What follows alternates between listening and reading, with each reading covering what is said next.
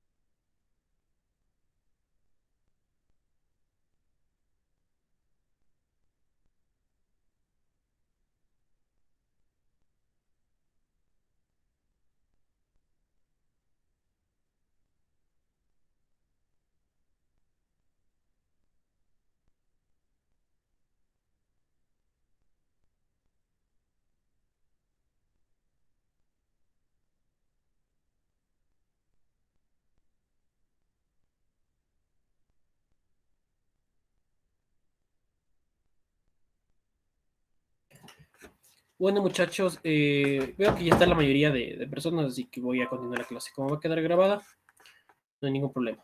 Estaba esperando a sus compañeros, pero ya no hay el tiempo. Por favor, confirmen si es que pueden ver la diapositiva.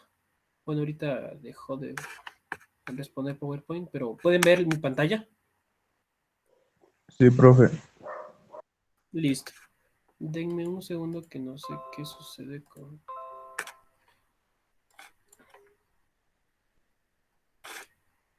¿Qué sucedió? Bueno, vamos a recapitular hasta que esto funcione.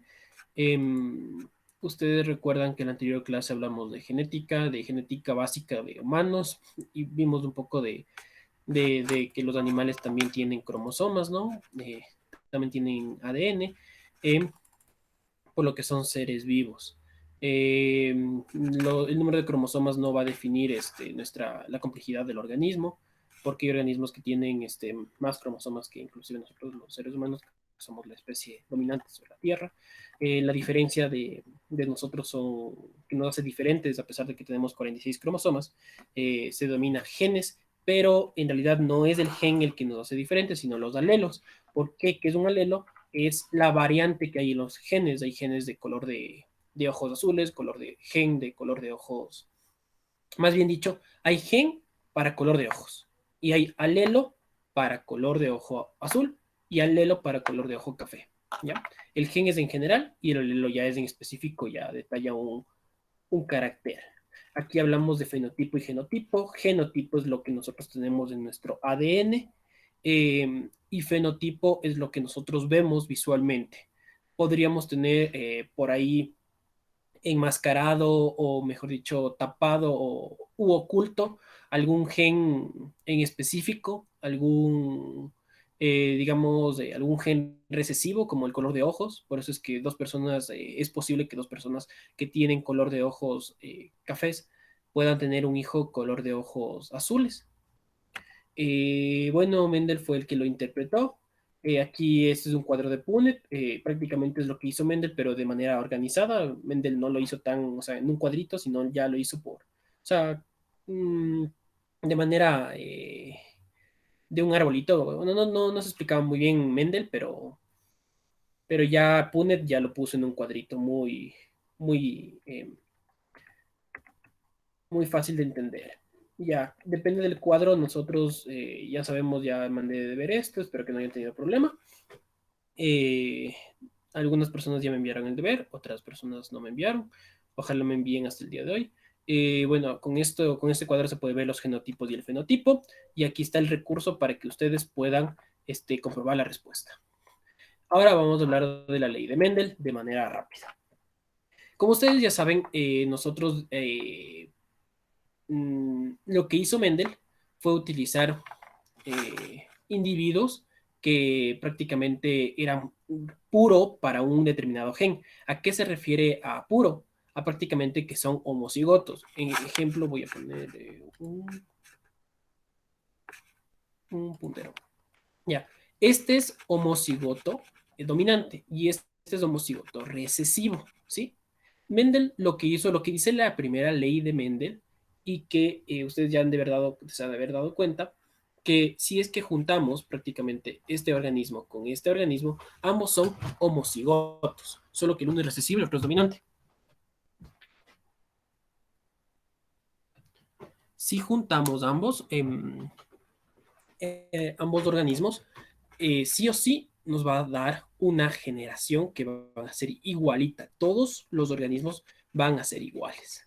Si ustedes se ponen a dar cuenta. Vamos a ver, creo que estaba aquí. No es, no es. Vamos a hacer en el recurso rápidamente para que ustedes se den cuenta. Eh, Vamos a hacer en el recurso. Cuando juntamos homocigoto dominante con homocigoto recesivo, todos nos salen heterocigoto. Vamos a poner por acá. Ahí eso no es.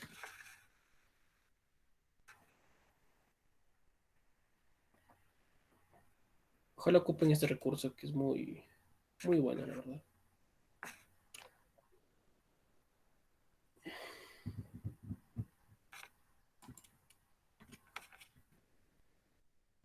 Y aquí está. Entonces, como les decía, vamos a mezclar homocigoto dominante con homocigoto recesivo para que nos dé solo heterocigotos. Ponemos solo un característica, vamos a poner A, y aquí todo. Este es homocigoto dominante y este es homocigoto recesivo. Entonces aquí observamos que el cruce nos da únicamente heterocigotos, ¿sí? Entonces esa es la primera ley de Mendel, que Mendel mencionó que al momento de que se cruzan razas puras, o sea, homocigoto dominante con homocigoto recesivo, nos da heterocigotos, ¿sí? Esa es la primera ley de Mendel. La segunda ley de Mendel dice que si es que se vuelve a juntar un organismo que es heterocigoto con otro organismo que es heterocigoto, prácticamente nos va a salir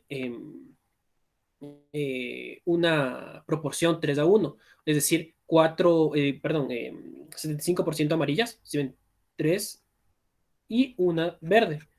Esto se da, podemos comprobarlo en el recurso, si es que gusta, vamos a ponerle la A, aquí la mayúscula, y si se dan cuenta ustedes aquí, podemos observar que nos va a salir un homocigoto dominante, un homocigoto recesivo y dos que son heterocigotos.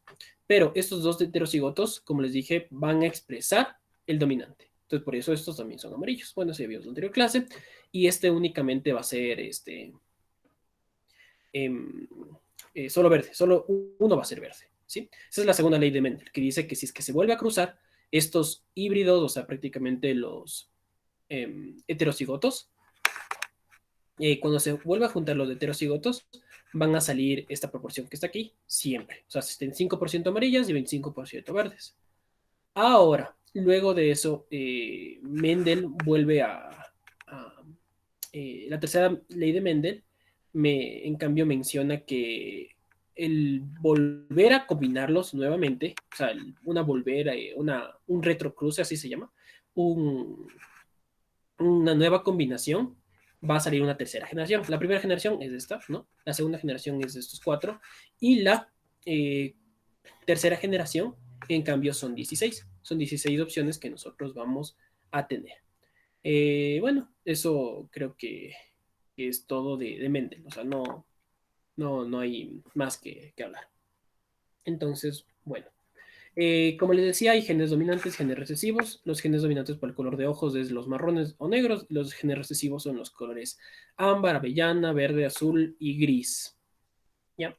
Y dentro de todos los recesivos, el más recesivo es el gris. O sea, también hay que son unos que son mucho más recesivos que otros que también son recesivos, en este caso los grises.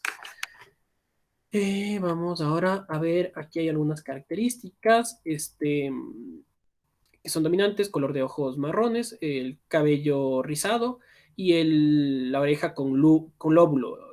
Bueno, todos, no sé si es que saben cómo es su oreja, pero si es que es con lóbulo, o sea, que tiene una terminación al final, es dominante. Mientras que si no tiene una terminación al final, es sin lóbulo, o sea, es recesivo. El carácter liso del cabello es un carácter recesivo. Y el carácter de los ojos claros es recesivo, eso ya hemos visto. Este es un ejemplo de la lengua en forma de barco. Aquí se puede observar, yo generalmente hago este ejemplo entre toda la clase, pero ahorita creo que no vamos a tener tiempo. Y además, como no están muchos de sus compañeros, entonces no viene el caso. Entonces, aquí tenemos un carácter de hacer esa figura o esa estructura con la lengua. Ese es con carácter, o sea, tenemos esa característica. Hay otras personas que no pueden hacer esa característica, entonces aquí podríamos contar cuántas personas pueden hacerlo y cuántas personas no lo pueden hacer. Entonces, dependiendo de cuántas personas hay, podríamos ver si es que es dominante o si es recesivo esta característica. ¿Ya? Bueno, esto no lo vamos a hacer porque no tenemos tiempo. Ahora vamos a hablar de árboles genealógicos. ¿Sí? Vamos a hablar de que en un árbol genealógico nosotros tenemos ciertas estructuras que nos permiten observar cómo es un árbol. Lo primerito que tenemos que saber es que un hombre es un cuadrado, ¿ya? Y una mujer es un círculo, ¿sí? Varón es cuadrado y mujer es círculo. Porque no tiene una razón, ¿sí? Solo el hombre es un cuadrado y la mujer es un círculo, ¿ya? Y bueno, sexo indeterminado es prácticamente cuando nace algún feto y no se pudo determinar el género. Pero bueno, esto no lo van a ver ustedes mucho. Nos quedamos solo con el varón que es cuadrado y la mujer que es círculo. Ahora vamos a entender el árbol genealógico. ¿Para qué nos sirve? Nos sirve para rastrear una enfermedad, para rastrear una característica entre una familia, ¿sí? Digamos, aquí se puede observar que esta persona, en este caso es una mujer, tiene algo, un puntito y que luego llega, pasa acá ese puntito y llega hasta acá, si se dan cuenta. Sigue, pero en el varón está pintado completamente. Entonces vamos a entender qué significa el puntito, qué significa que esté vacío, que esté lleno. Entonces para eso son las nomenclaturas de que están acá abajo. Cuando nosotros tenemos sin pintar el cuadro o el círculo, es un individuo sano. Para hombre, cuadrado, como ya dije, para mujer, círculo, como ya dije. Por otro lado, si es que tenemos pintado completamente, el hombre o la mujer están enfermos o tienen la característica, ¿sí? Generalmente en un árbol genealógico nosotros, o pedigrí también se llama, nosotros vamos a rastrear una enfermedad, generalmente. Pero de ahí podemos rastrear lo que sea, podemos rastrear color de ojos, podemos rastrear tal vez alguna deficiencia de proteínas, cualquier cosa podemos rastrear. La cuestión es que nos permite observar cómo se desarrolla una característica que nosotros queramos dentro de una familia. Pero en el EAES le dan un punto de vista más de enfermedades. Entonces nosotros también le vamos a dar el punto de vista de enfermedades, pero para que ustedes sepan, se puede rastrear todo, color de ojos, lo que ustedes gusten. Ya. Entonces, como les decía, si están pintados completamente, están enfermos. Si es que están pintados a medias, nosotros decimos que son portadores. ¿Y qué es un portador? Ustedes recordarán que nosotros tenemos dos copias, ¿no es cierto?, de los cromosomas. Entonces, si un cromosoma está afectado y el otro no, somos portadores. ¿Ya? Eso es ser un portador. Que a la final tenemos esa característica y quizá no la expresamos. Quizá. Porque, bueno, hay portadores eh, que sí, o sea, es complejo la explicación, pero hay portadores que no presentan la enfermedad, o sea, en ciertas enfermedades no presentan la enfermedad y es como que no la tuviese. Pero en otras enfermedades, el ser portador ya los hace enfermos, ¿sí? Ciertas enfermedades, o sea, eso ya depende de la enfermedad, pero para que ustedes entiendan ese concepto. Bueno, y no solo el hecho de que esté pintado a la mitad lo hace portador, también si es que tiene un punto en la mitad, en el centro, también lo hace portador, por si acaso, porque alguna vez, este, alguna vez me preguntaron qué es el punto y pues está pintado a la mitad, ¿no? O sea, a la final está pintado a la mitad, no, no hay otra ciencia. Vamos a ponerles por aquí. Si es que la mujer tiene un punto pintado a la mitad, también es portadora. Si es que, bueno, el hombre, he visto muchas bibliografías que lo hacen con punto o con cuadrado. Yo lo voy a dejar con punto, ¿ya? Pero al final, la cuestión es que está pintado a la mitad, ¿no? O cerca de la mitad. La cuestión es que tiene una característica, algo, un punto, algo así, pero eso también lo hace portador. No se olvidarán. Y ojo, algo importante. Un árbol genealógico solo está definido por un cuadrado y por un círculo, ¿sí? Si es que por ahí ustedes ven un árbol genealógico o un falso árbol genealógico que está dado por figuras humanas, o sea, por figuritas humanas, así, y la figurita humana está pintada a la mitad, y así, eso no es un árbol genealógico, eso no define un árbol genealógico. Pilas, ya vamos a ver por qué les digo eso. Si es que ven un árbol genealógico que viene de aquí, algo así, que viene el padre así, y yo que sé, va para acá, y estos son los hijos, como sea. Y son figuras humanas, pero están pintadas a la mitad y así. Eso no es un árbol genealógico, no se confundirán, ¿sí? Ahora vamos a seguir viendo. También es importante saber que, bueno, la primera generación es lo primero que vemos desde arriba, ¿no? Se cuenta primera generación, segunda generación, tercera generación, cuarta generación. Es como que abuelos, padres, ustedes los hijos y aquí los nietos de los abuelos, o sea, sus hijos, ¿ya? Bueno, generación uno 2 3 4 pero también se la puede llamar generación parental a la primera y luego se les llama filial uno filial 2, ¿sí?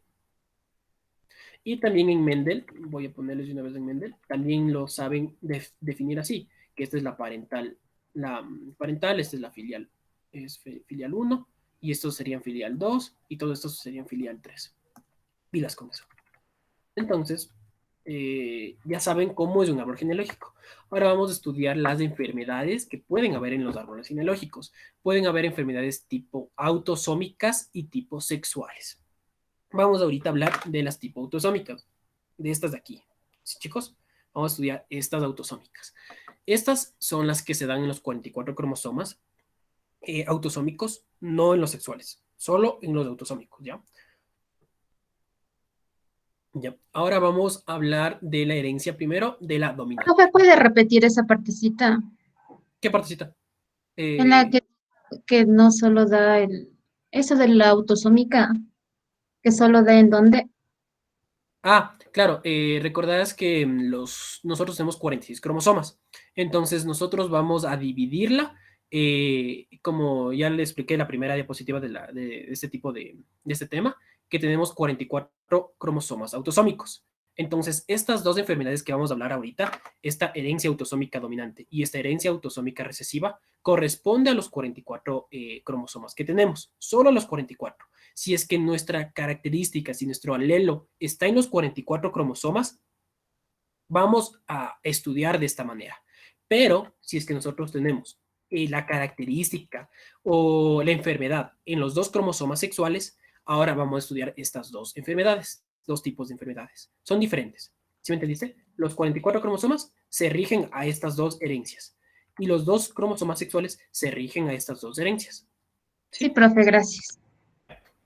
Entonces, como les mencionaba, los 44 cromosomas van a tener varias características, varios genes, varios alelos. Entonces, si es que alguno de estos está afectado de los 44 cromosomas, nosotros vamos a estudiar herencia autosómica dominante y herencia autosómica recesiva. Y voy a cambiar. Ya.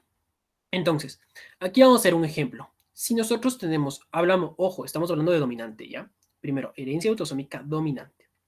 Tenemos el padre que está normal, podemos observar. El padre está normal, estos son los alelos normales, ¿sí? Y aquí está la codificación, que el alelo normal es del color celeste.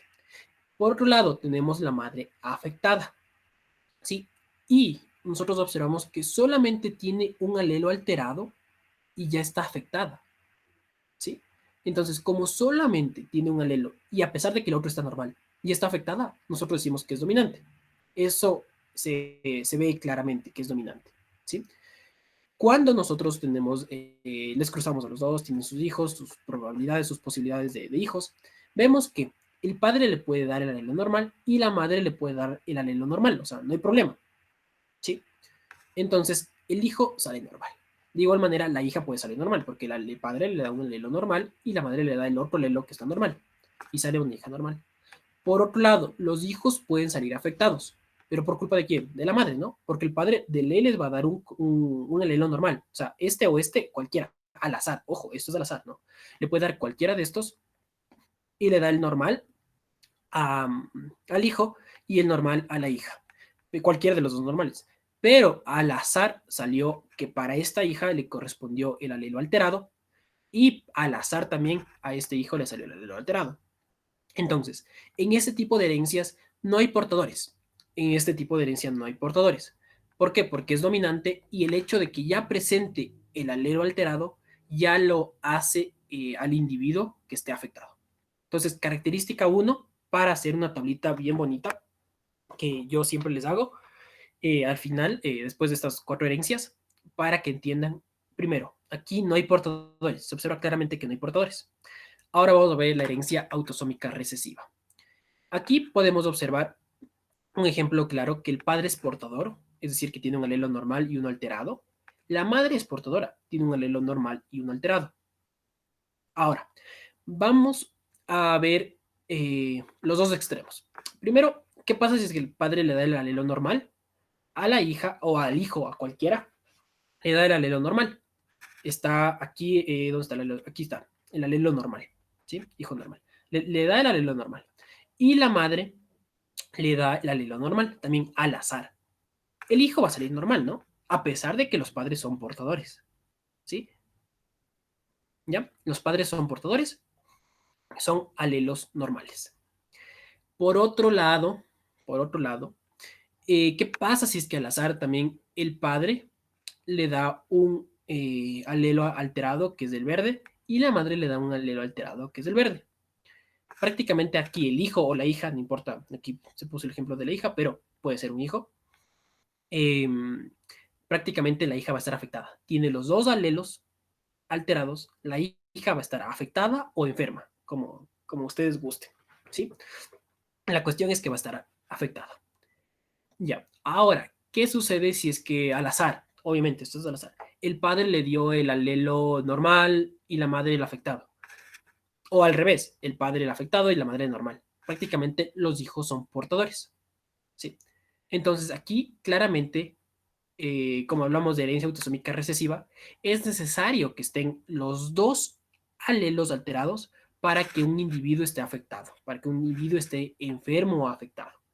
Y si es que solo presenta un alelo, pues solo es portador, ¿sí? Entonces, aquí nosotros hablamos que en esta herencia autosómica recesiva, hablamos que los portadores son hombres y mujeres, ¿sí? Si es que hay portadores hombres y mujeres, nosotros decimos que es de herencia autosómica recesiva. ¿Ya? Ahora vamos a hablar a las otras dos tipos de herencia que existen, las tipos sexuales.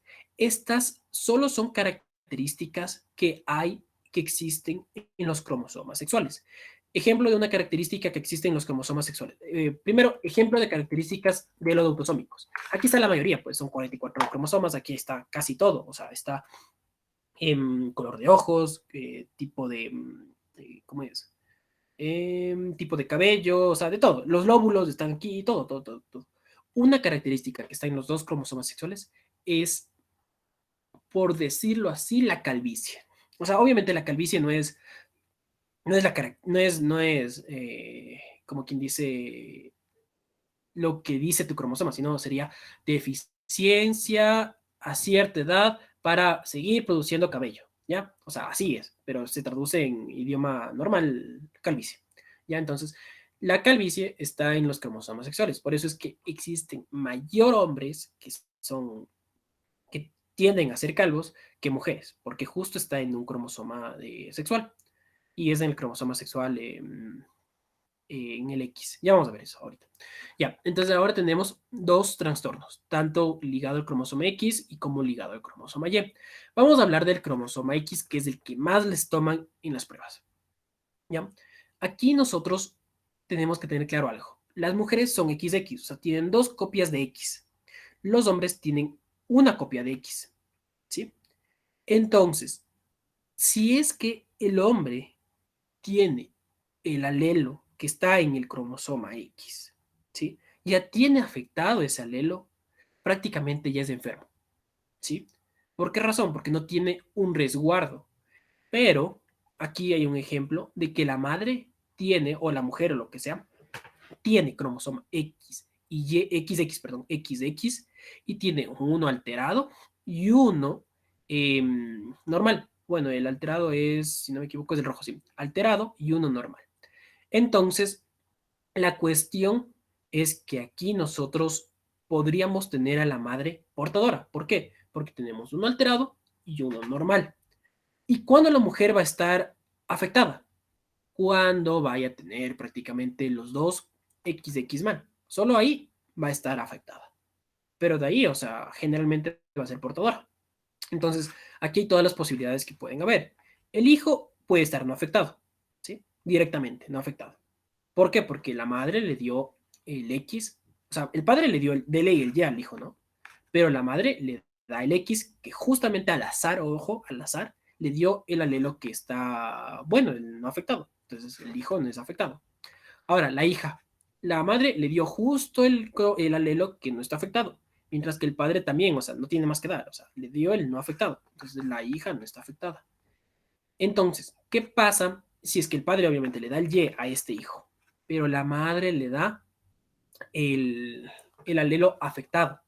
O sea, prácticamente el hijo va a estar afectado, sí o sí. No tiene otro resguardo. Ya está afectado el cromosoma X, no tiene otro, está afectado sí o sí.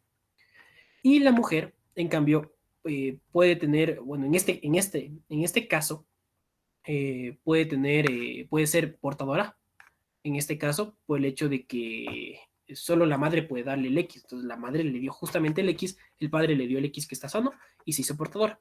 En este caso, en este tipo de herencia, también puede ser que el hijo, un señor afectado, eh, se junte con una señora portadora y puede salir una hija, ¿cómo es? Una hija afectada.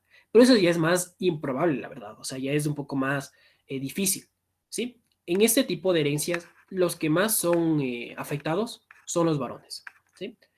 Pero vamos a generalizar. Nosotros hemos estado hablando de portadores, así que nos vamos a quedar en portadores. Acá hablamos de que no hay portadores, acá hay que portadores de hombres y mujeres, acá que solo la mujer es portadora.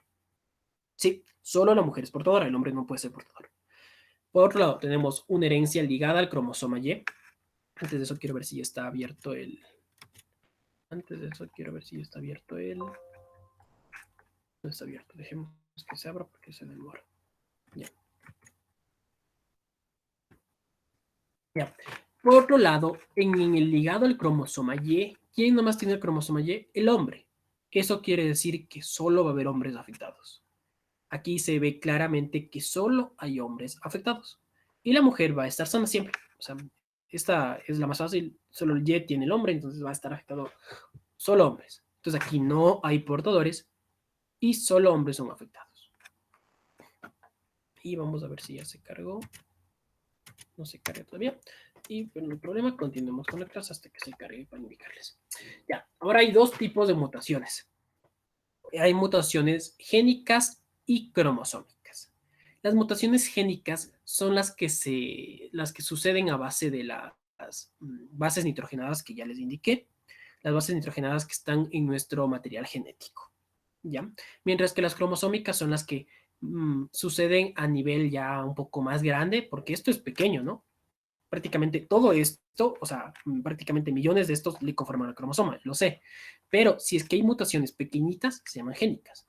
Pero si es que hay mutaciones del cromosoma entero, ya lo llamamos cromosómicas.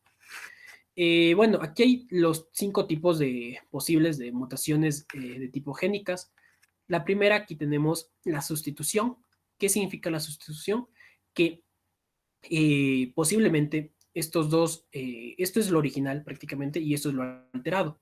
Entonces, lo original era que aquí sea guanina, citosina, adenina, timina, citosina, timina, adenina. Lo normal. Pero por alguna razón, la C, o sea, la citosina y la adenina, por alguna razón cambió, mutó, se alteró y cambió a ser timina, citosina. El resto está bien. Ojo, que todo lo que veamos aquí en esta tabla, lo negro se va a mantener, mientras que lo que está aquí de blanco se va a cambiar. Entonces está cambiando esta citosina adenina por timina citosina. ¿Y qué pasa? Ustedes me dirán, ¿qué pasa si es que dentro de todo el cromosoma tenemos una fracción pequeñita y solo que cambie esto? ¿Qué sucede? Pues en muchos de los casos, un solo, una sola base nitrogenada, o sea, aquí estoy cambiando dos, pero en otros casos, el cambiar solo una base nitrogenada formó una enfermedad. Digamos, la anemia falciforme es una enfermedad que solo por un cambio de una base nitrogenada prácticamente cambia todo. ¿Por qué razón? Ustedes recordarán que esto nos va a dar eh, este RNA y luego, bueno, ARN y luego nos va a dar aminoácidos, ¿sí? Entonces, si es que cambiamos esto, ya no nos va a dar el mismo aminoácido, nos va a dar otro aminoácido y otra proteína. Y justamente lo que pasa en anemia falciforme es que se cambia el aminoácido más importante de la proteína, entonces ya pues tiene la enfermedad por solo una base nitrogenada cambiada, sustituida. Y eso ya pues es muy importante en muchas enfermedades y hay que saber que solo un poquito cambia. Entonces por eso es que durante un embarazo uno no puede estar, una mujer no puede estar tomando, no puede estar fumando, no puede estar ni siquiera expuesta mucho al sol. O sea, no hay ciertas características que no pueden hacer las mujeres eh, porque puede haber estas mutaciones. ¿Ya? Hay otra mutación que se llama la inversión. La inversión significa que esto que está aquí se va a dar la vuelta. Solo un poquito, o sea, una fracción que nosotros delimitamos. En este caso, como les dije, lo de negro es el esqueleto que se queda, se mantiene. Si ven, se mantiene.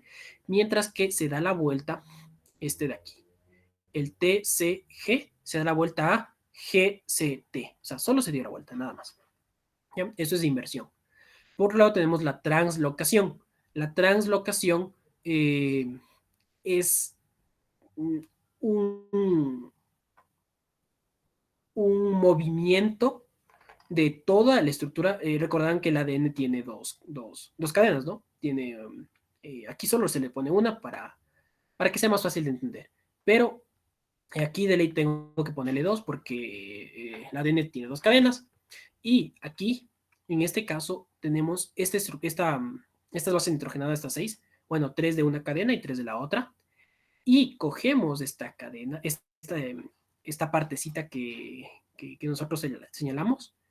Y lo que sucede en la translocación es el cambio, o sea, el movimiento, por si lo quieren ver así, el movimiento desde un lado hacia otro. Si se dan cuenta, acá se movió para acá, para la derecha. Pero, si se dan cuenta, el esqueleto se mantiene, digamos. A, C, C, A, T. Y aquí igual. C, C, A, T. O sea, solo esto cambió de posición. O sea, saltó de posición. Saltó de aquí, si se dan cuenta. Lo que estaba originalmente, aquí, se va a mover y se va a abrir aquí, aquí. Justamente aquí se va a mover. Y si ven, se movió justo aquí. ¿Sí? Pero a la final A y A, o sea, como aquí queda un espacio vacío, se va a quedar un espacio hueco, se van a unir estos dos, ¿no? Esta A y esta T y esta T. Ya, y aquí nos queda esta de aquí. Bueno, eso es la translocación. La inserción, por otro lado, es que de la nada, o sea, en una parte que no teníamos algo, se insertó. En este caso, una TTCA se insertó aquí. ¿sí? Esto es una inserción. Se insertó. De lesión, en cambio, hablamos de que tenemos esta estructura, tal vez 2, 3, 4 bases de nitrogenadas, y cuando esto es lo normal, y en lo afectado, podemos observar que desaparece, ya no está, ¿sí? Entonces, de lesión es lo mismo que nosotros decir eliminación, ¿sí? Entonces, aquí se elimina estos y solo queda esto. Aquí, bueno, aquí se pone un asterisco, pero, o sea, como que no estuviese nada, ¿no? Ya. Entonces, esa es la de lesión, es una eliminación de cierto grupo de bases nitrogenadas, ¿ya? Ahora vamos a hablar de las cromosómicas. Las cromosómicas no tienen lo mismo que las génicas. Algunas se pueden repetir, otras no se pueden repetir, ¿ya? Y otras están, o sea, otras son nuevas, por decirlo así. Vamos a hablar primero de la deficiencia o de lesión, o como nosotros lo llamamos, eliminación. Aquí vamos a ver que tenemos un cromosoma que está normal y tiene, aquí le pusimos por parte A, B, C, D, E, F, G, H, I. Este HI va a desaparecer, va a eliminarse. Entonces, aquí está el normal. El afectado es cuando queda solo hasta el G. Aquí debería haber algo más, ¿no? Y ese algo más desapareció. ¿Sí? Eso es una delesión, cuando desaparece. Una duplicación es cuando una partecita, digamos, cualquier parte, podría ser D, E, F, podría ser solo la F, solo la E, una partecita del cromosoma, en este caso la DEF, se duplica y se pone al final. Entonces acá tenemos, en el afectado tenemos nuevamente DEF, DEF. Y me dirán, ¿será una enfermedad el hecho de que tengamos el cromosoma más largo? Pues sí, es una enfermedad, todo influye. Entonces, el hecho de tener más genes, o sea, no nos hace mejores o más eficientes. Nos puede generar hasta enfermedades, el hecho de tener demasiado de algo, ¿no? El equilibrio es lo importante. La translocación. Aquí la translocación, nosotros vamos a hablar de que existe un movimiento, pero aquí la translocación es entre cromosomas, pilas, por favor, chicos. Acá la translocación era dentro del mismo secuencia. Acá la translocación es entre cromosomas. Ejemplo, este podría ser el cromosoma. Hay un buen ejemplo que no recuerdo, creo que es el 6 y este digamos que es el 9, ¿ya? En la parte HI, esta partecita de aquí, se va a mover. ¿A dónde? Acá, ¿sí? A la parte de acá. Entonces, la parte de acá, también existe un movimiento. En este caso es de la parte, si no me equivoco, 6 7. Se van a mover. Esto va a venir acá y esto va a venir acá. Entonces, viene de aquí a acá, o sea, se mueve. Entonces, el 6, si se dan cuenta, va a quedar más corto y el 9 va a quedar más corto. Este cromosoma. Entonces, ahora el cromosoma va a ser A, B, C, D, F, G y va a tener el 6 y el 7 como codificación, ¿no? Solo para que sea más entendible. Y aquí va a tener del 1 al 5 y más la HI, ¿sí? Entonces, eso es una translocación, cuando existe un movimiento entre cromosomas. Y por lado de la inversión, bueno, esto ya lo vimos en anterior. Entonces, tenemos A, B, C, tenemos la D, la E, la F, la G, la H. Aquí este E hasta la H se va a invertir. Y aquí vamos a ver A, B, C, D, H, G, F, E. Y ahí la última, la I. Pero no importa, solo se invirtió esto. ¿Sí? Entonces, estos son los tipos de mutaciones que podemos encontrar. Y todas estas generan enfermedades. Y vamos a ver, antes de eso, vamos a ver ya. Ahora regresando un poquito para recordar acerca de, de lo que estábamos hablando de las herencias autosómicas y sexuales. Nosotros vamos a hacer un cuadrito. Este cuadrito nos va a permitir entender de mejor manera y resumir de mejor manera un tipo ¿cómo es? De enfermedad. Yo siempre hablo de este cuadrito. Bueno, yo nunca lo he visto en internet, así que supongo que soy la única persona que enseña así. No, ni idea. Es una buena manera de enseñar. Primero nos preguntamos, ¿hay portadores? ¿Sí? Y ustedes, obviamente, tienen dos opciones, ¿no? No tienen más opciones. Tienen el sí hay portadores y el no hay portadores, ¿no es cierto? Es una pregunta binominal, o sea, solo tienen dos opciones, ¿ya? Sí o no. En el caso de que ustedes digan sí, sí hay portadores, ustedes ahora van a responder la siguiente pregunta. O sea, sí hay portadores, pero ahora, ¿solo mujer es portador? ¿O en cambio son mujer y hombre? ¿Sí? Si ustedes recordarán, si es que tienen solo mujer de portador, o de portadora en este caso, nosotros decimos que es ligada al cromosoma X. Si es que nosotros tenemos ambos, hombre y mujer, nosotros decimos que es recesiva. ¿Sí? Recuerdan que portadores había hombre y mujer solo en recesiva. ¿Qué pasa si es que no hay portadores? En cambio, ahí nos preguntamos, ¿quién está afectado? Porque yo también hablaba de afectados. Creo que está feo. Ya. Ahora nos preguntamos afectados. Afectado. Pongamos, hombre y mujer están afectados. Si ambos están afectados, obviamente sabemos que es dominante. ¿Por qué? Porque yo se acuerdan que les dije que dominante. Porque se acuerdan que yo les dije que el hecho de que solo esté un alelo en la dominante ya afectaba al hombre y a la mujer. Entonces ahí está. Pero si solo está afectado el hombre,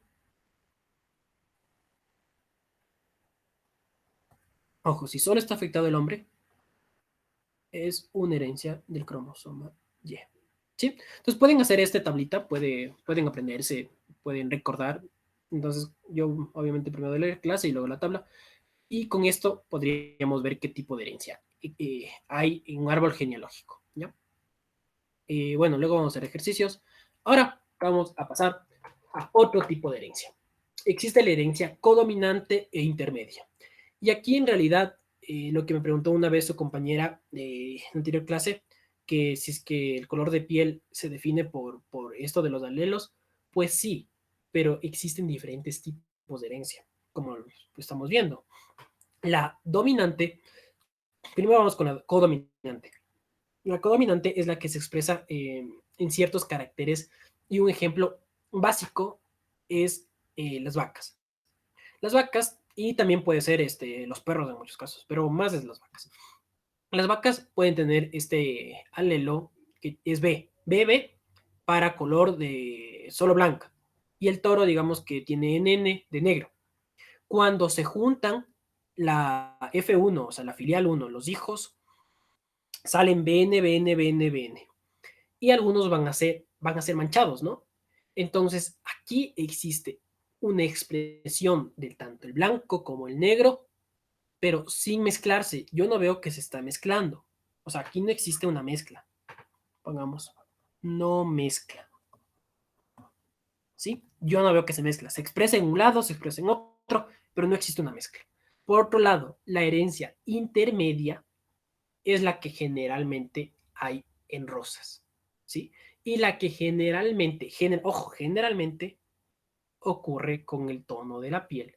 Hemos de haber visto gente que son blanquitos, personas blanquitas, mujeres blanquitas, hombres blanquitos que se casan con eh, hombres que tienen la tez bien oscura o afrodescendientes. Nosotros podemos observar que el tono de piel van a ser como que un intermedio más o menos. Entonces, esa es la herencia intermedia. El ejemplo mejor que existe en realidad es con las rosas o las plantas en general. Si una planta se cruza una roja con una blanca, puede salir una rosada. ¿Sí? Y aquí sí existe una mezcla, si se dan cuenta. Sí mezcla, o sea, aquí existe una mezcla. Ya, muchachos. Entonces, existe otra herencia. Vamos a ver si es que si tenemos tiempo para resolver esto. Sí, sí, tiempo. Entonces vamos a preguntarles. Aquí tenemos un tipo de herencia, es la última, ¿sí? Y es un poquito la más confusa, ¿ya? Tenemos aquí un padre que no está afectado y una madre afectada. Y todos los niños salen afectados, todos, todos, todos, todos, todos niños y niñas. Por otro lado, tenemos los padres, el padre está afectado, solo el padre está afectado y la madre no está afectada, pero los hijos no salen afectados. Obviamente, conclusiones de este gráfico. La madre es la que le da la enfermedad a los hijos, porque el padre no es, el padre está afectado, pero no le da la enfermedad. Entonces, solo la madre es la que le da la enfermedad. ¿Por qué? ¿Alguien tiene idea qué sucede? ¿Alguien sabe qué pasa? Llamémoslo, y es la herencia mitocondrial. Esta se llama herencia mitocondrial para que tengan un poco de idea, que tiene que ver con la mitocondria. Pero, ahora, ¿qué sucede? Nosotros ya vimos qué es la mitocondria. Eh, ¿Qué sucederá? ¿Alguien tiene alguna idea?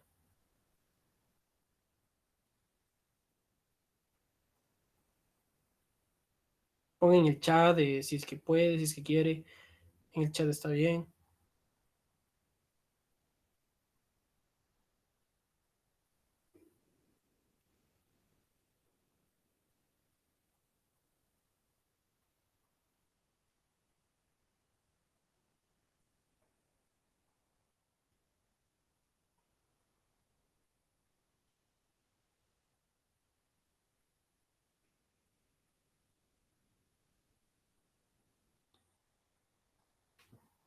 ¿Alguien alguna idea, tal vez? Muchachos, no hay ideas. Piensen qué tiene que ver la mitocondria. ¿Por qué solo la madre? O sea, si me escuchan, tal vez. Vamos. ¿Alguna idea, chicos, muchachos? Herencia dominante de X.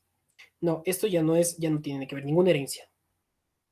No, no tiene que ver ninguna herencia ni dominante ni recesiva, sino es una herencia solita. Pero gracias por, por la participación. Pero aquí ya esta herencia ya es solita, ya no tiene nada que ver. Entonces, ya vamos por ahí. La mitocondria tiene ADN. Sí, muy bien. La mitocondria tiene ADN y van a haber algunas características que pasen por la mitocondria. Pero ¿por qué razón la madre, eh, o sea, solo la madre afecta a los hijos, mientras que el padre no afecta a los hijos?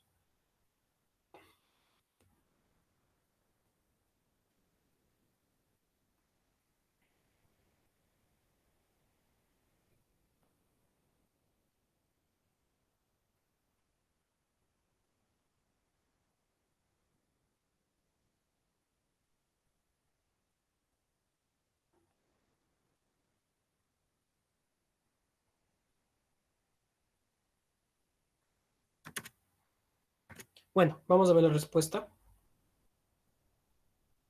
Está en la siguiente diapositiva. Y la respuesta es la siguiente. Pues nosotros sabemos que la concepción, la fecundación, se da entre perdón, el espermatozoide y el óvulo, ¿no? Entonces, yo les dije que las células necesitan mitocondria porque necesitan energía para poder movilizarse, ¿sí? Entonces, la célula, el óvulo es una célula en la cual tiene mitocondrias, ¿sí? Tiene varias mitocondrias. Entonces, la mitocondria, voy a poner aquí, la mitocondria que está aquí tiene su ADN nuclear, que es el más importante, y también tiene mitocondrias que tienen poquito ADN, pero tienen ADN. Por otro lado, los hombres tenemos también nuestro ADN en la cabeza del espermatozoide, pero las mitocondrias están en el cuello, ¿sí? Dan la energía, pero están en el cuello. Cuando existe la concepción, la fecundación del óvulo por el espermatozoide, pues la mitocondria no entra en la célula. ¿Por qué? Porque solamente la cabeza del espermatozoide logra entrar. Lo demás, ni el flagelo, ni la mitocondria, no entran. ¿Por qué no entran? Sencillamente porque ustedes sabrán que hay una infinidad, millones de espermatozoides. Y si es que el óvulo permitiera entrar prácticamente a toda la estructura, a todo el espermatozoide, prácticamente van a entrar a toditos. O sea, si permite entrar a esto, por otro, tal vez está entrando este espermatozoide por acá. Y hasta que entre la cola, ya entró la cabeza de este por acá, entonces, y la cabeza de otro por acá, y así, o sea, sucesivamente. Entonces, no, entra la cabeza e inmediatamente se cierra el óvulo. Y las mitocondrias del hombre quedan afuera y el flagelo ¿cómo es? Del espermatozoide queda afuera. Entonces, la madre va a ser la única que va a dar las mitocondrias. Por eso es que nosotros somos un poquito más, tenemos un poquito más de ADN de nuestras madres que de nuestros padres. Un poquito, por las mitocondrias. ¿Sí? Entonces, esa es la respuesta. Existe este tipo de herencia mitocondrial. De hecho, yo antes no enseñaba esto, pero vi una pregunta o sea, les quieren un tipo no sé, quieren un poco de ustedes bastante teoría, bastante a fondo quieren esto de genética. Al menos genética quieren bastante a fondo. Me he dado cuenta. Entonces, para que sepan también, ¿ya? Ahora vamos a hablar un poco de nutrición. Tenemos en la nutrición, nosotros tenemos, creo que ya hablamos con ustedes, tenemos autótrofos y heterótrofos. Autótrofos que van a fabricar su propio alimento, heterótrofos que van a comer a otros seres vivos como alimento. Ya hablamos de esto, por favor, alguien que me confirme para no volver a hablar de esto.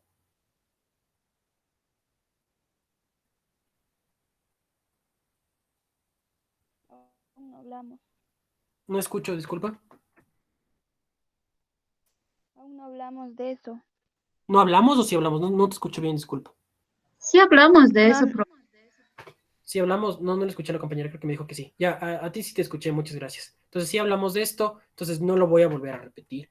También hablamos de esto de reacciones endorgónicas y exergónicas. Sí, sí, por favor, confirmen, chicos. sí, yo tengo en mi cuaderno que sí. Ya listo, muchas gracias. Entonces no lo vamos a volver a repetir. Esta reacción la vimos, por favor, chicos, confirmen.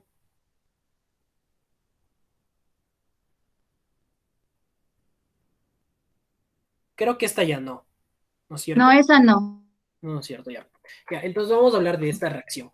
Así como les mencionaba, aquí tenemos, bueno, vamos a volver un poquitito, un ratito. Aquí, anabolismo era el hecho, recordarles, ¿no? El hecho de generar, de crear moléculas complejas a partir de moléculas simples. Pero catabolismo es de una molécula compleja hacer moléculas simples, ¿sí? Ana significa construir y cata significa destruir.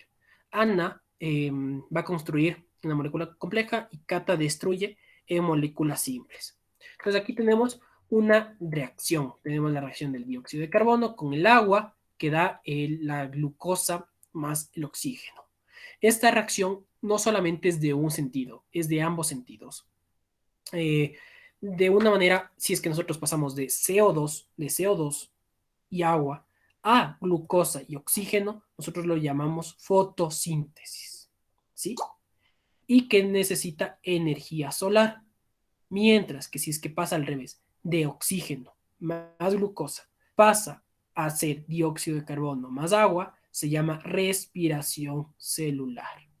Y esta, en cambio, va a producir energía química, es decir, ATP y calor. Entonces, dado lo que yo expliqué antes, la respiración celular, o sea, el paso de glucosa y oxígeno a agua y dióxido de carbono, ¿será catabólico o anabólico? Cata era destruir y ana era crear. ¿Qué se está? ¿Destruyendo o se está creando? Estamos glucosa, una molécula grande, C6H12O6, tiene 6 carbonos y va a formar, en cambio, 6 moléculas de carbono. Entonces, aquí, ¿qué diríamos? ¿Anabólico o catabólico? ¿Alguien, alguna idea? Catabólico. ¿Cómo? No te escuché. ¿Anabólico o Cat- catabólico? catabólico. Muy bien, catabólico, ¿sí? Ojo, la de aquí, la respiración celular, es catabólico. Es una molécula compleja y se hace una molécula simple o molécula simple. Bueno, en este caso la comparación es netamente con el dióxido de carbono, ¿sí? Se hace molécula simple. Por otro lado, la fotosíntesis ha de ser anabólico. ¿Por qué razón? Porque está de moléculas sencillas, que es el dióxido de carbono, CO2, está creando glucosa, que es C6H12O6. Entonces, pilas de eso, chicos, por favor. Voy a encerrar por si acaso. ¿Ya? Aquí la nutrición, como les mencionaba anteriormente, esto ya vimos, chicos. Creo, ¿no es cierto? También, Sí, supongo. Sí, ¿no es sí, cierto? Ya. Entonces, para recordarles, nosotros hemos de haber visto la cadena alimenticia en una manera de una pirámide en nuestro colegio. Sin embargo, esta no existe, esta no ocurre en realidad, sino lo que ocurre es una cadena en forma de lo que vemos aquí. No en una pirámide, sino en cadena, literalmente. Entonces, ¿qué pasa? Nosotros tenemos el productor, que es los vegetales. Un consumidor primario, un herbívoro, se va a comer a la planta y luego la rana, el consumidor secundario, se va a comer al saltamontes y así sucesivamente. El consumidor terciario, el que se come al secundario, el consumidor final, que ya nadie se lo puede comer. Sin embargo, ¿por qué es una cadena? Porque, o sea, esta es la sencilla, pero de hecho hay cadenas que son infinitas, o sea, no solamente la rana se le come al saltamontes, sino podría ser, no sé, otra ave pequeña, ¿ya? Una ave pequeña, una ave pequeña, una ave pequeña. Y la ave pequeña puede ser comida por la serpiente, entonces, o sea, ¿sí? Y la ave pequeña no puede ser solo comida por la serpiente, sino puede ser comido por otro animal.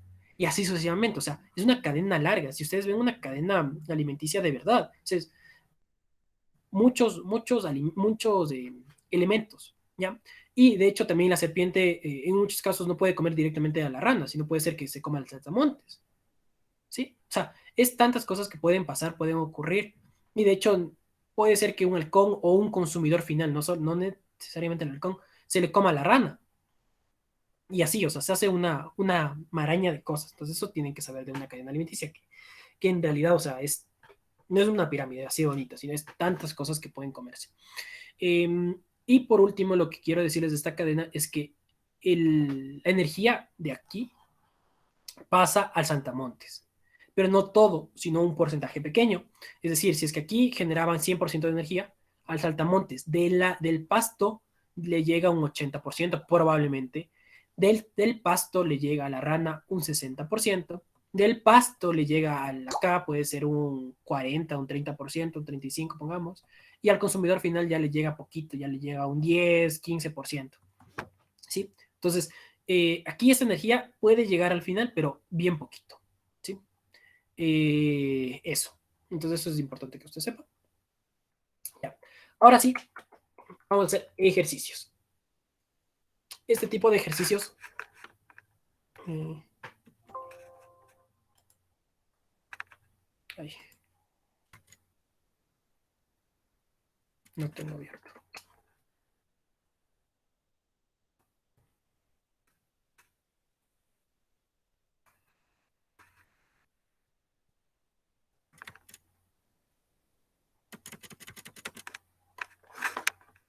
Ya. Este ejercicio, estos ejercicios yo no voy a ni a leer. Yo lo único que voy a hacer es voy a utilizar mi cuadrito que tengo aquí. ¿Sí? Cuando se copia, ¿no? Ya. Yo solo voy a ver la herencia, el tipo de herencia en la imagen, y es más que suficiente. Ustedes pueden leer el cuadro, pero se van a dar cuenta que esto es importantísimo. Vamos a ver el árbol genealógico. Vamos, no sé cómo verlo. Vamos a verlo por acá, ¿será? No, pongámosle por arriba un rato.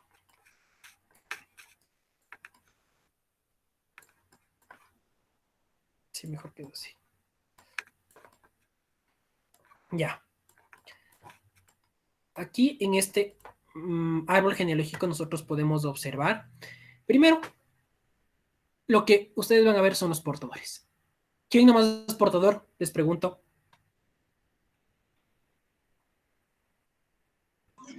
mujer, Solo mujer. Entonces, si hay portadores o no hay portadores. sí. Si hay portadores. Solo la mujer es portador. Cromosoma X. Directamente ligada al cromosoma X. No hay más. ¿Sí? Y ya. Así de simple. No tienen que hacer nada más, ningún análisis más. Solo con el cuadro, pero si es que ustedes aprenden, o sea, tal vez van a decir, es más fácil aprenderse que O sea, no en el cuadro, sino en teoría. Entonces ya, pues también le pueden hacer de esa manera. Pero yo lo hago de esta manera, es la más fácil que pueden hacer. Veamos si es que hay otro de este mismo tipo de una vez. Este es el mismo. Denme un segundo, por favor, para que tengo uno de unos 2 o 3 árboles genealógicos más para hacerle de una vez y no cambiar de tema. ¿Dónde está?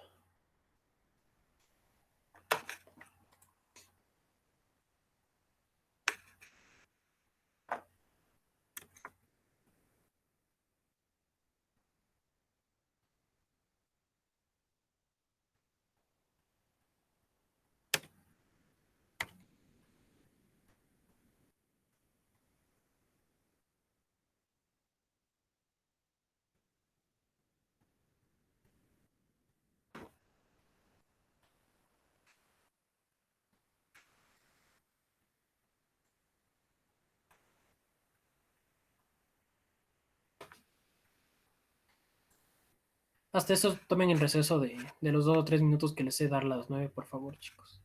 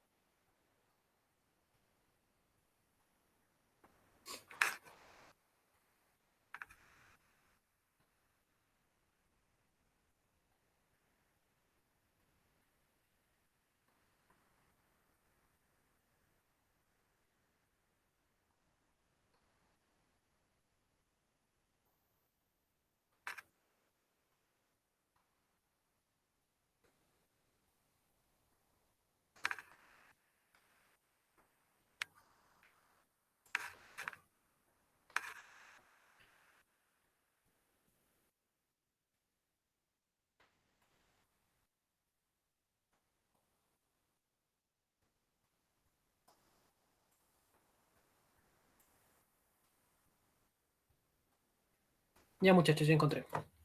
Entonces, vamos a hacer este de aquí.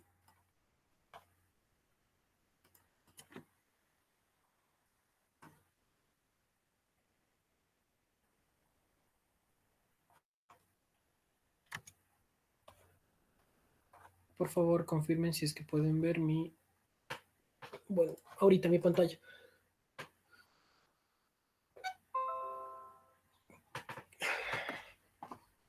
¿Se puede ver?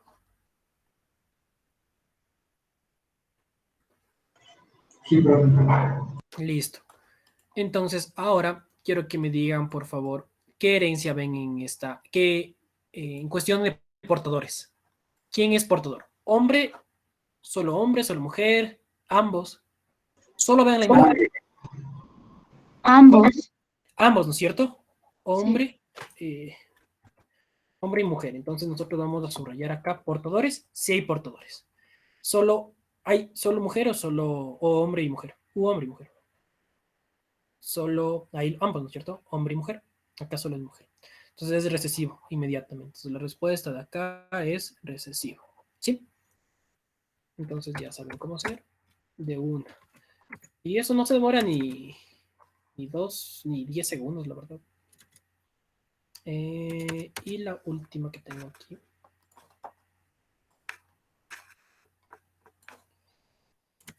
Vamos a realizar este de acá. Y ahora dice, en base a este pedigrí o árbol genealógico, indique tipo de herencia. Aquí vemos, ¿hay portadores sí o no?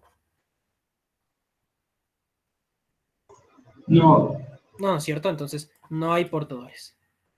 ¿Quién está afectado? ¿Hombres y mujeres o solo hombres?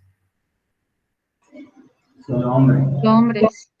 Ya, entonces, es ligado al cromosoma Y. Y así. ¿Alguna duda de cómo se hacen estos ejercicios? Es la C aquí. ¿Dudas? ¿No dudas? ¿Todo claro? Porque si no, vamos a cambiar de tema. Bueno, al parecer todo está claro. Bueno, eso me alegra. Entonces.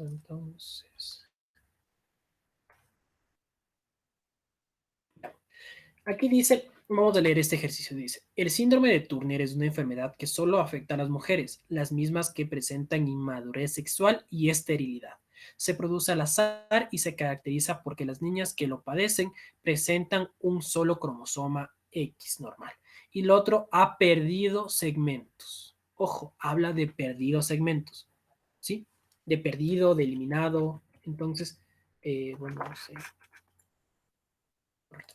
Perdidos segmentos. Este síndrome se debe a una mutación cromosómica producida por, entonces será duplicación, translocación, deleción o inversión.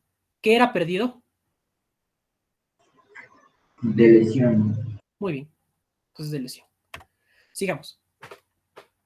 Dice, en la actualidad, uno de cada 50.000 recién nacidos vivos presentan el síndrome de Wolff-Hirschhorn, una enfermedad caracterizada por anomalías congénitas múltiples y retraso mental, lo cual se asoció a una lesión, ¿ya? De lesión, este, en el brazo corto del cromosoma 4, que es un tipo especial de anormalidad estructural cromosómica y provoca un desequilibrio en la configuración normal de recalcar que este síndrome presenta únicamente en uno de los cromosomas del individuo que presenta la enfermedad. Ahora, leamos las opciones. Una parte del cromosoma se invierte, se pierde un fragmento del cromosoma o cambia de posición. ¿Cuál La será? B. La B, se pierde un fragmento del ¿Sí? cromosoma descrito. Muy bien. Esto era de lesión, esto de invertir era inversión y esto de cambiar de posición generalmente lo llamamos translocación. ¿Ya? Vamos con el siguiente. Dice, un codón codifica por una determinación con la consecuente generación de una proteína BLM más corta. La prevalencia del síndrome de Bloom es baja, ya que ambos padres son portadores de la enfermedad. Portadores, ojo, portadores. Por lo tanto, el síndrome de Bloom es un claro ejemplo de mutación que posee una herencia autosómica. Entonces, ¿cuál creen ustedes?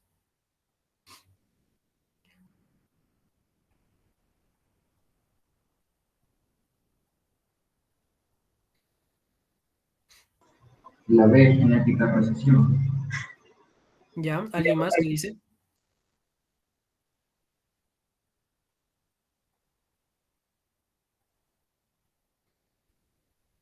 Primero, recuerden que aquí dicen que los padres son portadores. Hay portadores en dominante o en recesiva. Ustedes ya deberían saber. ¿Dónde hay portadores? En la recesiva, ¿no? Ya. Ahora nos quedamos con cromosómica o genética. Ya nos quedamos con que es recesiva. Aquí al final.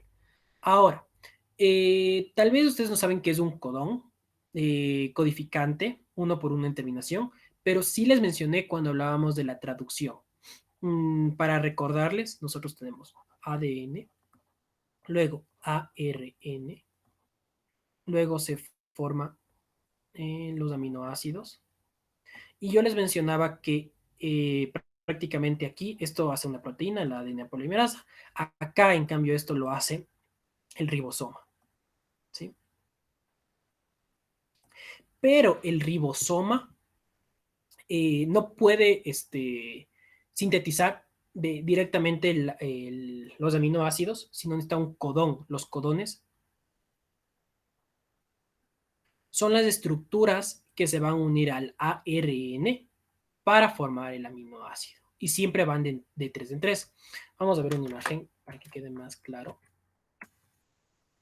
Vamos a ver la traducción. Aunque yo sí les había mencionado eso de codones. Y además, cuando hablamos de solamente una proteína, ojo, aquí estamos hablando de una proteína. ¿Dónde estaba? Estamos hablando de solamente una proteína. No, esto no es. Estamos hablando de solamente una proteína. Cuando hablamos de solamente una proteína, sí o sí hablamos de una mutación genética, no cromosómica. ¿Por qué razón? Porque el cromosoma ya no afecta una proteína. El cromosoma afecta a varias proteínas, pero la genética solamente afecta a una proteína. Pero también quiero que les quede claro que es un codón. Sin saber que era un codón, sí podíamos resolverlo, pero con todo. Aquí tenemos, esta es la estructura del ribosoma. Es la estructura que ayuda a pasar desde el ARN hacia proteínas. ¿Cómo sucede este cambio? Este cambio de ARN a proteínas sucede de la siguiente manera. Aquí está la cadena de ARN, como pueden observar, y aquí está el ribosoma. Internamente ocurre este cambio, por decirlo así, esa traducción, ¿ya? Este traspaso desde un tipo de lenguaje a otro tipo de lenguaje, por decirlo así. Entonces, ¿cómo ocurre? Pues existe una unión en tripletes, o sea, codones. Estos codones se unen en tripletes. ¿Para qué? Para sintetizar un aminoácido. Entonces, este es un código que es universal. Ejemplo, este que es aquí, GUG, siempre va a dar la valina, que es un aminoácido. Este AAA siempre va a dar la lisina, que es otro aminoácido. Y así. Entonces, prácticamente lo que existe es un apego de lo que esté en el ARN con estos codones, que los codones son específicos. Obviamente, si aquí fuera A, G, A, no se va a unir este de aquí. ¿Por qué? Porque es específico para AAA. ¿Sí? Entonces, bueno, estos son los codones. Son las estructuras que nos ayudan a pasar de ARN hacia el aminoácidos. En general es el ribosoma, pero dentro del ribosoma van a estar los codones, que los codones van a leer de 3 en 3. Entonces, cada 3 bases nitrogenadas nos van a dar una proteína. Es decir, si nosotros tenemos un ARN de 90 de largo, nos van a dar una cadena de 30 aminoácidos. ¿Ya? Eso para que les quede claro. Pero igual, de igual manera no era necesario no era necesario ¿cómo es? El saber eso. ¿Ya? Acá tenemos una herencia, bueno, vamos a ver esta herencia, pero esta es particular. ¿Por qué? Porque nosotros no nos vamos a guiar, como les dije, por la figurita. Esto no es un pedigrí, ojo, esto no es un pedigrí. Aquí vemos que esta es portadora y podríamos, o sea, prácticamente estamos diciendo que, o sea, está bien el hecho de que esté pintado a la mitad. Pero acá, miren, el niño está afectado y está pintado a la mitad. ¿Sí se dan cuenta? Entonces, esto no es un pedigrí. Ojo, esto no es un pedigrí, esto no es un árbol genealógico, pero lo que sí nos ayuda es a ver esto de aquí abajo. ¿Sí? Solo lo de abajo. Solo lo de abajo vemos, porque esto no es un pedigrí, así que no vamos a ver la imagen. Esto no vamos a ver. No vamos a ver. Solo vamos a ver los, em, los subtítulos, no sé cómo es, los indicadores de los rótulos, eso, los rótulos de cada individuo. Entonces aquí, digamos, tenemos niña portadora, tenemos niña sana, niño sano y niño afectado.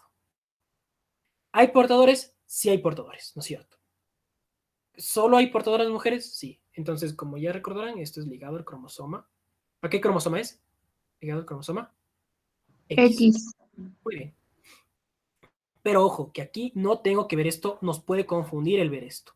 ¿Por qué? Porque esto no es un pedigrí ya les dije, cuadrado, hombre, círculo, mujer.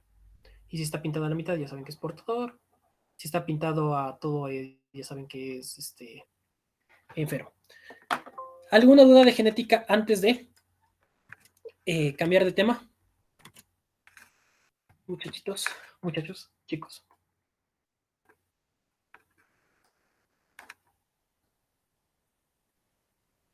¿Alguna duda?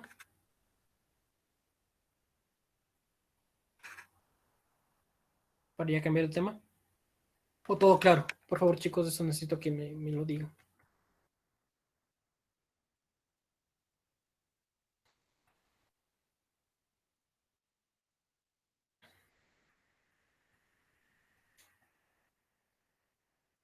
Por favor, confirmen con ustedes, ya vimos los reinos de animales y vegetales, ¿sí, no es cierto? Quiero que solo lo confirmen.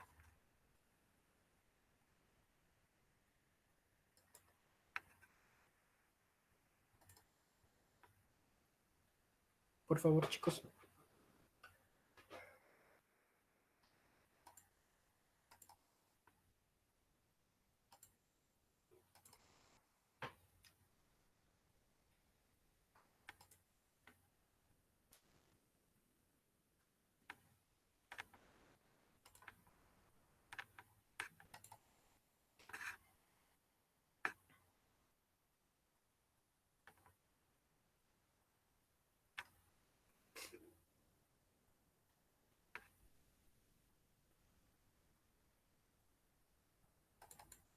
Y ahora sí, tómense en el minuto que les dije de receso, que creo que no les di antes porque encontré rápido el árbol genealógico. Ahora sí, los 2 minutos. Y pues ya, ya les doy, si dicen que Jonathan dice que no les he dado eso de los reinos, entonces ya les doy.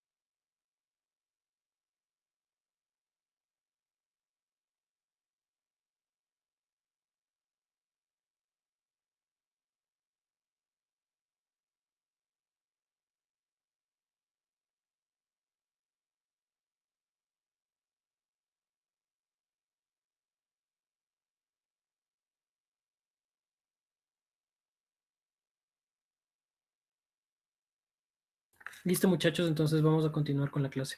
Ya son 9:30. Entonces,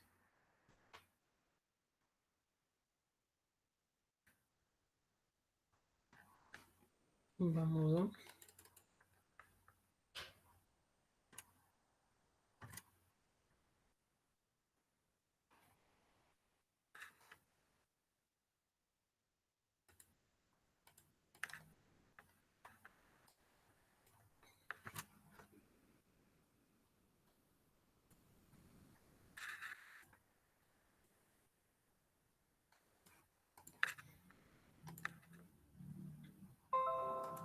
Ya listo. ¿Sí pueden ver la pantalla, chicos?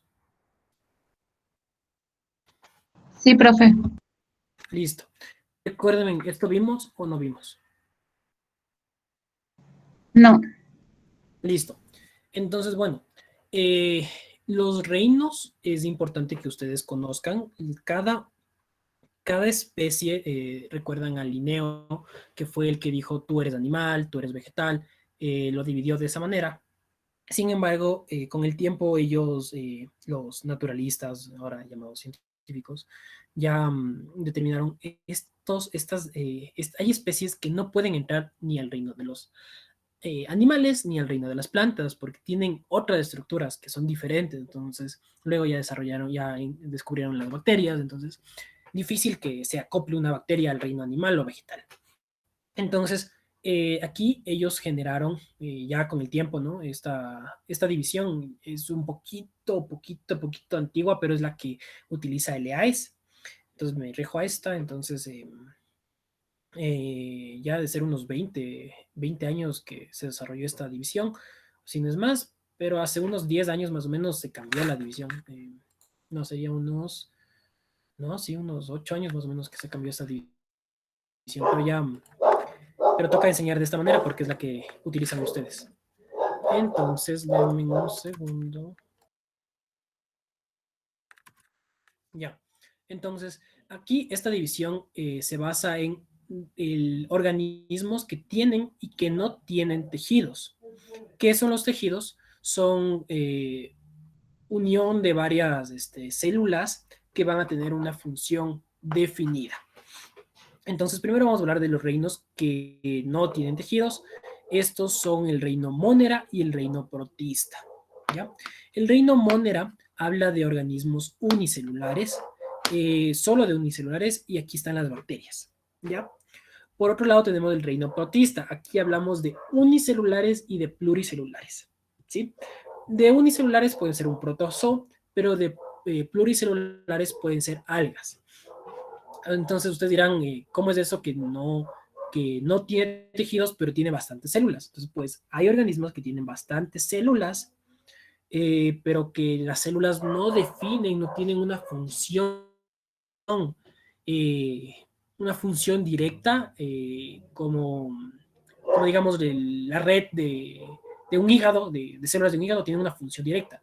Pero en cambio en los pluricelulares, que son algas, nosotros mencionamos que son un conjunto de células, pero que no se van a comportar teniendo mismas funciones, no se van a encabezar a lo mismo. Pueden estar unidas, pueden conectarse, tener relaciones, pero no van a tener una función el conjunto de células. ¿Ya? Por otro lado tenemos los organismos con tejidos. Cuando tenemos con tejidos, ahí nos dividimos, sin órganos o con órganos. Cuando hablamos sin órganos, hablamos de los hongos, del reino fungi. Aquí hablamos de hongos, de levaduras, que nosotros vamos a observar que no tienen órganos, pero ya tienen tejidos que van a tener cierta afinidad a tener una función. Ejemplo, aquí en la imagen tenemos un hongo en el cual el tallo, por decirlo así, no se llama tallo, el tallo del hongo, podríamos decir que tiene una función que es el sostener a la seta, a la capa, a la cabeza del hongo. Entonces ya vemos que no tienen órganos, pero ya tienen tejidos que tienen ya unas funciones ya determinadas. No, obviamente no es el organismo más desarrollado, pero sí es lo más básico, ¿no? Ya, entonces, Ahora vamos a hablar de órganos. Ahora sí ya entramos en los reinos autótrofos, heterótrofos. Generalmente, como les decía, el 99% de plantas es autótrofa y el 99% de animales son heterótrofos. Pero bueno, aquí está lo más representativo, que son las plantas autótrofos, el reino plantae, mientras que los heterótrofos animales, reino animalia. Entonces esta es la división más básica. Aquí está la división del reino animalia. En el reino animalia, bueno, les resumo un poquito más o menos. Aquí comienzan a ser animales cuando se generan los verdaderos tejidos. Entonces, aquí se van diferenciando todos los animales que conocemos, las esponjas de mar, los ninarios que son las medusas, platelmintos, nematodos, todos esos son animales, porque desde aquí ya desarrollaron tejidos. Entonces, aquí este árbol nos permite, es un árbol filogenético que nos permite observar la evolución de ciertas especies. Ejemplo, tenemos aquí tejidos. Los que desarrollaron simetría radial se hicieron solo medusas. ¿Qué es una simetría radial? Es el hecho de que nosotros le ponemos al organismo, le observamos al organismo, digamos, una medusa es así, ¿no? Y tiene tal vez los tentáculos por acá abajo, algo así, ¿no? Ya, algo así. Entonces nosotros si le dividimos en el radio, o sea, desde el punto inicial, le cortamos, puede ser así, bueno, más recto, ¿no? No tan chueco como yo. Si le cortamos así como que fuera una pizza, va a tener pedazos iguales, ¿sí? Pero en varios, se puede dividir en varias partes. Pero ya otros organismos desarrollaron simetría bilateral, en los cuales solo se pueden dividir en la mitad. Todos estos pedacitos son iguales, mientras que en una simetría bilateral puede ser el humano o puede ser un gusano como este platelminto, voy a hacer el platelminto, bueno, un gusanito, ¿no? Tú no lo puedes dividir en 8 partes y va a ser igual. Solo le puedes dividir en una parte y esta parte de aquí va a ser igual que la parte de acá. Pero si ya le partes por acá, ya no vas a tener partes iguales. Entonces esto es simetría bilateral, que solo le puedes dividir en una parte, o sea, por la mitad, y vamos a ser iguales. De aquí ya vienen toditos los organismos, perros, gatos, vacas, humanos, todos. Van a tener simetría bilateral.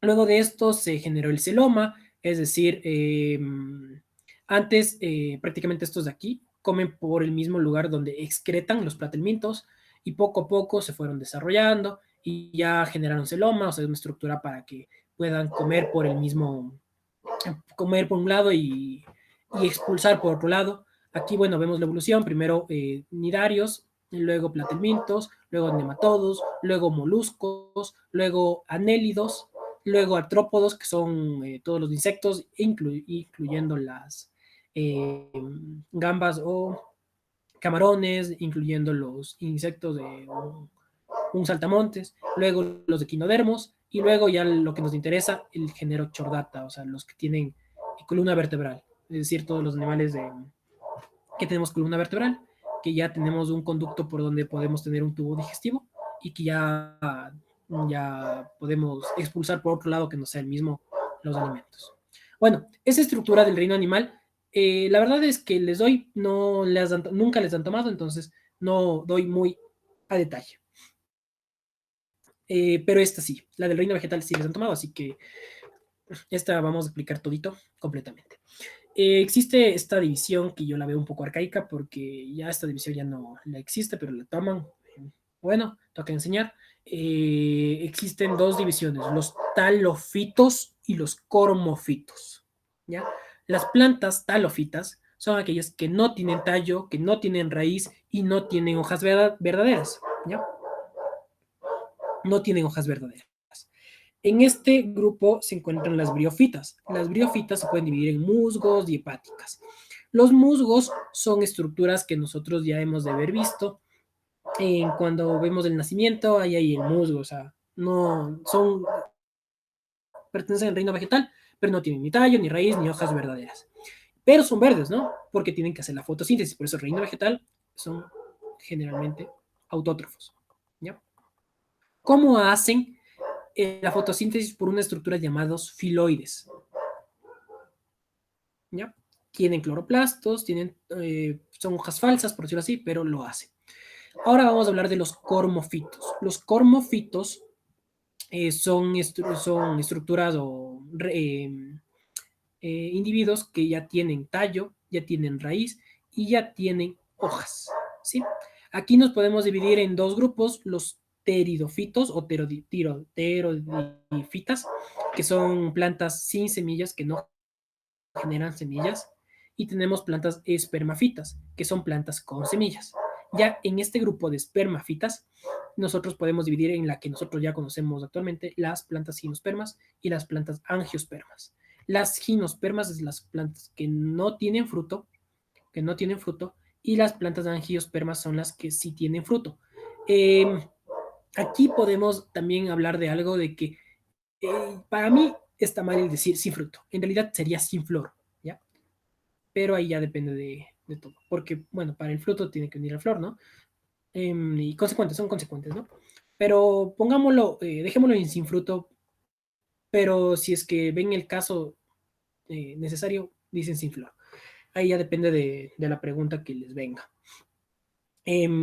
Algo que es importante también saber es que estas plantas de aquí son vasculares, es decir, que van a tener tallo, es decir, que van a tener estructuras como el xilema, el floema, que va a poder, ya vamos a ver qué es el xilema y el floema, pero son estructuras de vasos que van a permitir el paso de nutrientes por la planta. ¿Por qué? Porque son altas, tienen tallo. Estas no tienen tallo, estas, su paso va a ser entre células, como son, o sea, musgos, hemos de haber visto musgos, ¿no? Entonces van a hacer pasos entre los mismos, o sea, los musgos son algo así, ¿no? Entonces vamos a ver paso de nutrientes entre células, ¿sí? Entre células. Acá en cambio ya tiene tallo, entonces el tallo permite, el tallo, bueno, el tallo tiene algunas estructuras, ya vamos a ver después, varias estructuras por aquí, que permite el paso de los nutrientes. Ya vamos a ver, para que quede más claro.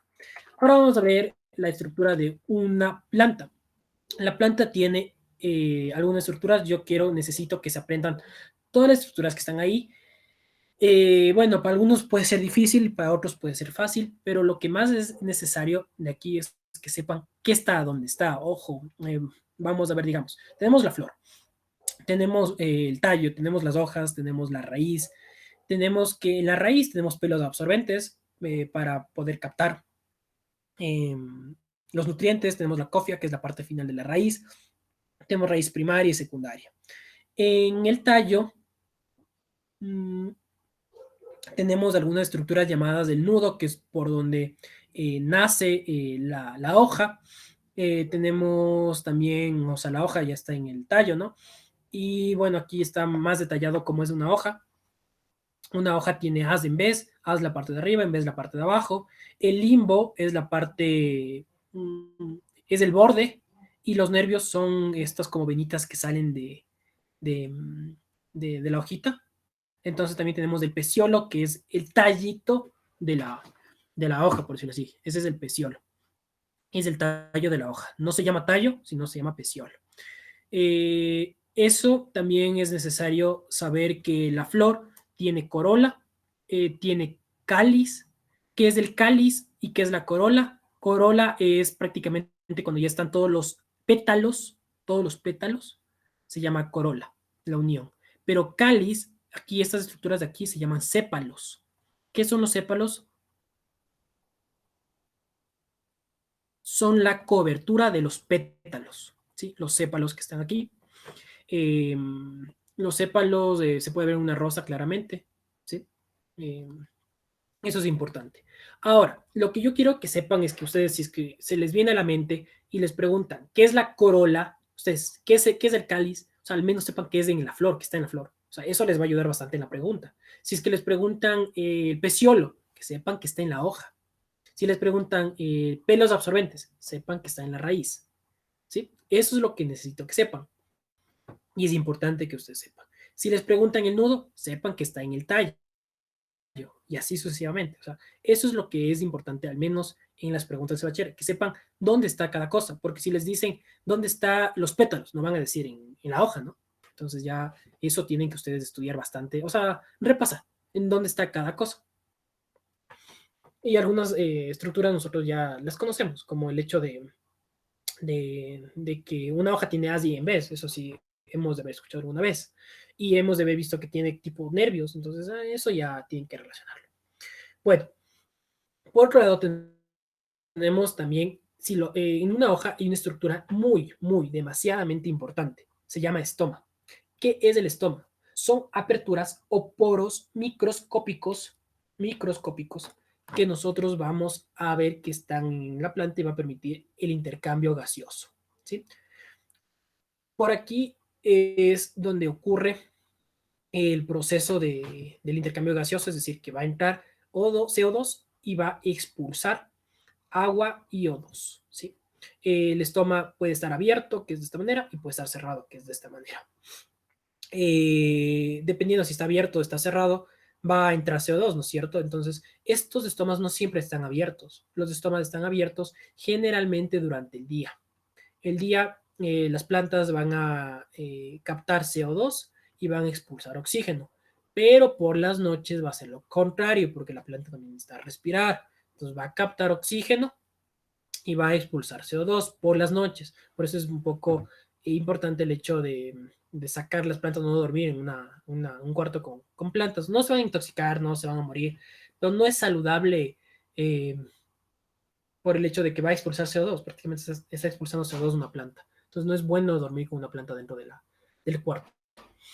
Pero por otro lado, hay otras plantas que son lo contrario. O sea, generalmente es lo que ocurre, eso es lo que ocurre normalmente en los días, en la mañana, perdón, en el día, el CO2 entra y sale O2, pero en otras plantas es al revés, como en las plantas, unos cactus que pueden hacer al revés, que por el día expulsan CO2 y por la noche captan CO2 y botan oxígeno. Entonces, en este caso tendríamos que ver qué planta es buena para las noches y qué planta es mala para las noches. Entonces, en este caso se recomendaría, por decirlo así, el hecho de que estemos con una planta dentro del cuarto en el caso de que la planta expulse O2 por las noches. Bueno, aquí tenemos más a detalle las estructuras que nosotros tenemos. Esto tenemos que estudiar. Ejemplo, aquí tenemos la planta, mejor dicho, la flor. La flor tiene estigma, tiene antera, tiene filamentos, tienen pétalos, tienen sépalos. Bueno, eso creo que es lo que más ustedes tienen que saber. También el pedúnculo, que el pedúnculo es la estructura donde se va a basar, prácticamente donde va a ser el inicio de la flor. Entonces, lo que quiero que ustedes aprendan es al menos la antera, ¿sí? Que es la estructura por donde vamos a tener al polen, es muy relacionado al polen, que se aprendan que al menos la antera está en lo que nosotros llamamos flor, ¿sí? Y aquí el estigma, que está muy relacionado al como que fuera la estructura femenina, porque al final del estigma, al final están los óvulos y el ovario de la plantita. Entonces el estilo vendría a ser como que las trompas de falopio, tal vez, por donde pasa, donde es el conducto, tal vez.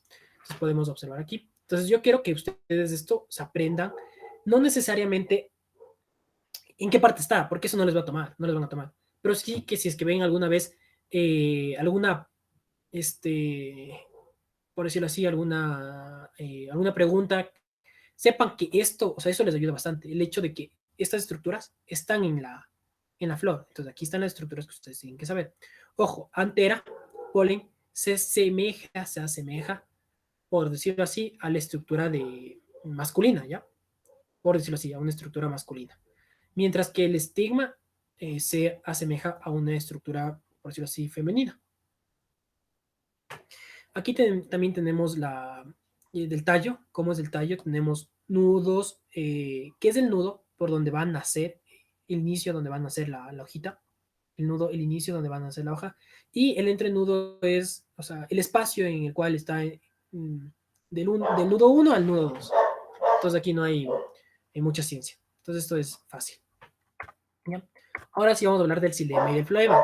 El xilema y el floema son estructuras que nos van a permitir transportar tanto agua y alimentos o agua y minerales. Entonces vamos a ver. El xilema únicamente va a transportar la savia bruta.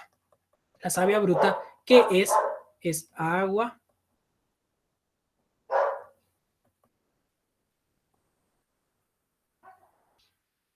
y minerales.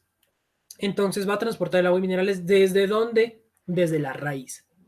¿Hacia dónde? Hacia toda la planta. Ahora, ¿qué sucede si es que nosotros... Un momento, chicos, por favor.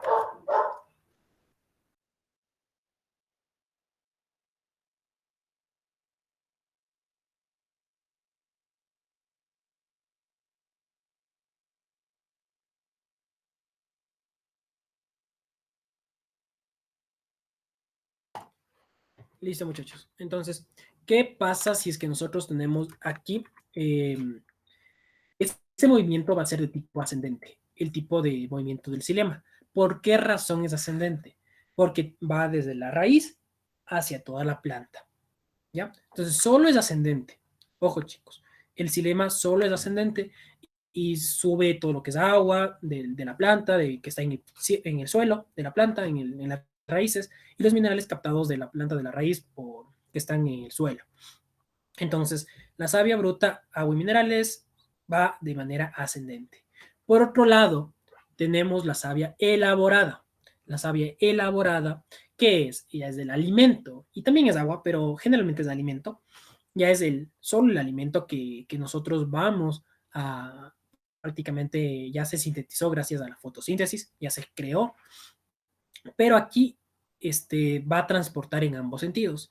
¿Por qué? Porque la hoja, yo qué sé, la hoja está en la mitad de la planta, ¿ya? La hoja tiene que ir a donde necesite la planta, puede ser arriba, puede ser abajo, pero aquí va a haber un movimiento del alimento en ambos sentidos, de manera ascendente y de manera descendente. ¿Sí, chicos? Eso es importante para las preguntas, saber cuál va de manera ascendente y cuál va de manera ascendente y descendente. Ojo, xilema, solo ascendente. ¿Sí? Y xilema, savia bruta. Floema, savia elaborada y va en ambos sentidos. ¿Ya? Vamos a hablar un poco de las biomoléculas. Las biomoléculas son prácticamente las moléculas que van a constituir a los seres vivos. Los elementos que más vamos a encontrar en las biomoléculas son chomps, o sea, carbono, hidrógeno, oxígeno, nitrógeno, fósforo y sodio. Entonces aquí es importante que sepan que hay unidades pequeñas que van a formar a la final biomoléculas. Nosotros ya hemos visto dos, ya vimos aminoácidos, que los aminoácidos generan proteínas, o sea, varios aminoácidos generan proteínas. Acá ya hemos visto más o menos, ya en la anterior clase vimos grupo fosfato, tenemos la base nitrogenada y la pentosa, que genera el ácido nucleico. Pero en realidad todo esto se llama nucleótido, ¿sí? El nucleótido, varios nucleótidos dan un ácido nucleico. Tenemos los ácidos grasos, que son estructuras, por decirlo así, pequeñas, pero en realidad luego se hace grande un lípido. Aquí tenemos el monosacárido, varios monosacáridos dan un carbohidrato. Eso es importante. Aquí tenemos, creo que me parece que es la glucosa. Si es que glucosa más glucosa más glucosa, pueden dar un glucógeno, que ya es un carbohidrato un poco más ya elaborado. Ya. Entonces, eso por parte de esto. Aquí vamos a hablar de fenómenos celulares. Vamos a ver cómo nos va de tiempo.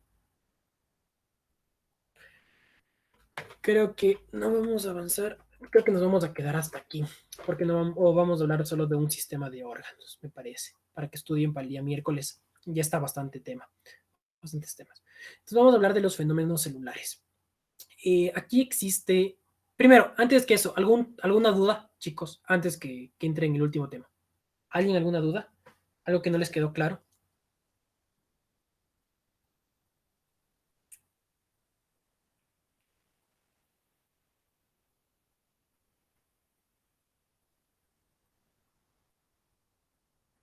No, profe, siga nomás. Listo. Vamos a hablar de fenómenos celulares. Transportes celulares. Aquí el fenómeno, hay varios fenómenos celulares que existen dentro de la célula, pero el que más nosotros tenemos que enfocarnos es en la turgencia y en la plasmólisis. De hecho, este es el que más nosotros vamos a ver en la prueba. De hecho, es el único que vamos a ver en la prueba. No he visto otro fenómeno celular. Ya los otros son más difíciles de explicar, por eso creo que no les pone. Entonces, bueno, vamos a hablar de que en la célula nosotros vamos a poder, se va a poder equilibrar, porque siempre se tiende a generar un equilibrio en la célula. ¿Y con qué va a equilibrarse? Con el medio que está afuera de la célula, ¿ya? Entonces, influye demasiado todo lo que es soluto, todo lo que es agua dentro de una célula. ¿A qué me refiero con soluto? Soluto ya vimos en química, soluto prácticamente es, es por decirlo así, la porción pequeña que va a estar en una disolución. Un soluto dentro de una célula puede ser cloruro de sodio, puede ser los iones cloro, iones sodio. Eh, entonces, todo lo que no sea agua va a ser un soluto, ¿sí? Fuera de la célula, también el soluto va a ser el agua y, perdón, el soluto va a ser el sodio, va a ser el cloruro, todos esos iones. Entonces, la célula va a tender a un equilibrio. Entonces, si es que, digamos, dentro de la célula, en este caso vamos a poner, en este caso voy a poner donde está. En este caso, podemos observar que en la célula tenemos varios solutos, ¿no es cierto? Bastante soluto, bastante soluto. Aquí este medio lo llamamos hipotónico. En este medio existe una turgencia. ¿Qué es una turgencia? Prácticamente la menor concentración de soluto va a estar afuera de la célula. ¿Cómo va a haber menor concentración de soluto? Va a haber un transporte. ¿Cómo va a ser este transporte? Prácticamente nosotros decimos que el soluto, este soluto, va a salir. Pero si es que algo sale, otro tiene que entrar. ¿Qué entra? Entra el agua. ¿Por qué? Porque aquí vemos que el soluto está bastante adentro y poco afuera. Entonces tiene que equilibrarse. El soluto tiene que salir. Entonces sale para equilibrarse con el medio de afuera. Entonces sale soluto, entra agua. Al momento de que entra agua, esta célula se hace turgente. Es decir, se hace gordita, llena de agua, se hace de esta manera. ¿Qué pasa si es que tenemos todo lo contrario? Al revés, tenemos poco soluto adentro y mucho soluto afuera. Pasa lo mismo, solo que al revés. Como existe bastante soluto afuera, nosotros vamos a querer que entre soluto, la célula va a querer que entre soluto. Entonces, entra el soluto para equilibrarse, pero sale agua. En ese momento existe una plasmólisis, es decir, que la célula se hace de una manera pequeña, se puede hasta romper la célula por este movimiento en el cual prácticamente nosotros la vemos pequeñita, ¿no? Este medio se llama hipertónico. Todo este hiper significa bastante y se refiere al medio de afuera. Hipertónico, que existe bastante soluto afuera. Este es hipo, por debajo, tónico, que el medio, si se dan cuenta, el medio de afuera está deficiente de soluto. Hipotónico, poco soluto afuera. Hipertónico, bastante soluto afuera. ¿Sí? Les vuelvo y les repito, si tiene poco soluto afuera, el soluto va a salir y va a entrar el agua. Si existe mucho soluto afuera, el soluto va a entrar y el agua va a salir. ¿Sí?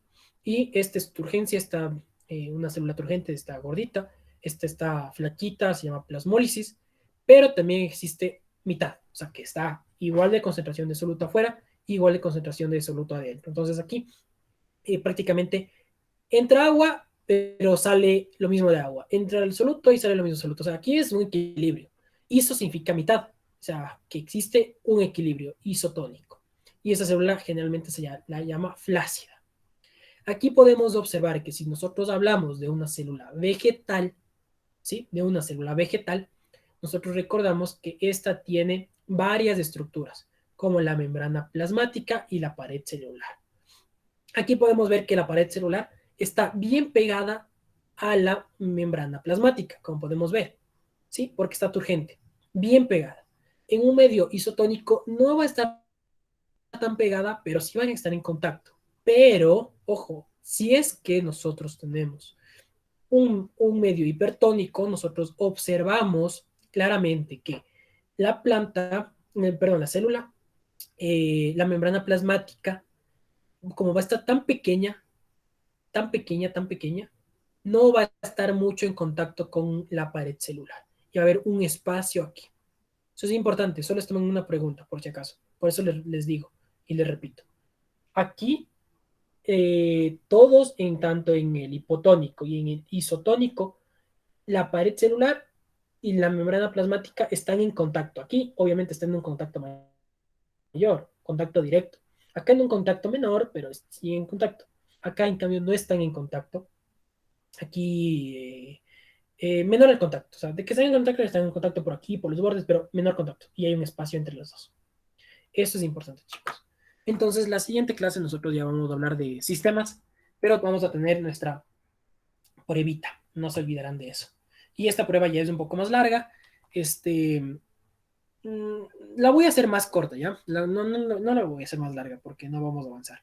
Entonces vamos a hacerla, ya es larga en el sentido de que hay varios temas que estudiar, pero la voy a intentar hacer más corta. Entonces ya les espero la siguiente clase para hablar de sistemas cardiovasculares, del sistema excretor y varios otros sistemas como el genitourinario. Tenemos que hablar la siguiente clase. Ya, chicos, ha sido un gusto, un buen fin de semana.